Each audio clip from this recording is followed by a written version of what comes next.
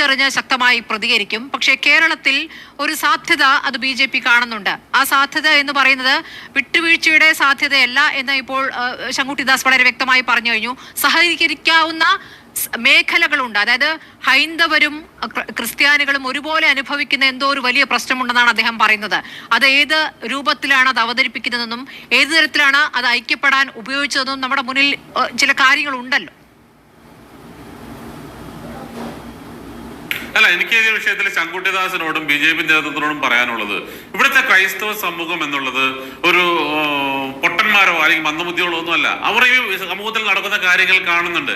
ഈ മെത്രാന്മാർക്കും ക്രൈസ്തവ വിശ്വാസികൾക്കും എല്ലാവർക്കും ഒരേ വോട്ട് തന്നെയാണ്. മെത്രാന്മാർ കുറച്ച് പേര് സൂചിപ്പിച്ചാൽ അവരെ ഈ EDയെയോ അല്ലെങ്കിൽ എൻഫോഴ്സ്മെന്റിനെയോ കാണിച്ച് NIAയോ കാണിച്ച് ഭീഷണിപ്പെടുത്തിയാലോ അവരുടെ ഒരു പ്രസ്താവന ലഘൂകരിച്ചാലോ വോട്ട് കിട്ടുമെന്ന് BJPയോ സംഘപരിവാറോ വിചാരിക്കേണ്ടതില്ല.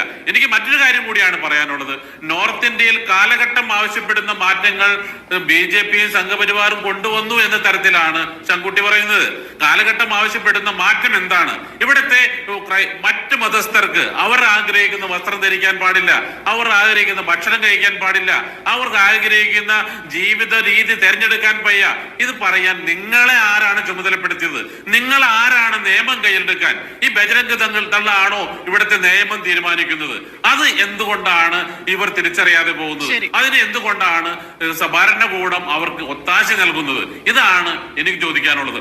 ക്രൈസ്തവ സമൂഹത്തിലെ സഭാ മേലധ്യക്ഷന്മാർ ഇനിയെങ്കിലും കണ്ണു തുറന്ന് കൃത്യമായ ഇടപെടലുകൾ നടത്തി ഈ സംഘപരിവാർ സംഘടനകളെ ബ്ലാക്ക് ലിസ്റ്റിൽപ്പെടുത്തി ഐക്യരാഷ്ട്രസഭ തന്നെ ബ്ലാക്ക് ലിസ്റ്റിൽപ്പെടുത്തി നിരോധിക്കണമെന്നുള്ളതാണ് ഞങ്ങളുടെ ആവശ്യം. അതിനുവേണ്ടി ഇനിയുള്ള കാലഘട്ടങ്ങളിലെങ്കിലും സഭാ നേതൃത്വം ഇവിടുത്തെ പ്രശ്നങ്ങൾ പൊതുസമൂഹത്തിന്റെ മുന്നിൽ കൊണ്ടുവരിക തന്നെ വേണമെന്നുള്ളത് ഞങ്ങൾ ആവശ്യപ്പെടുന്നു.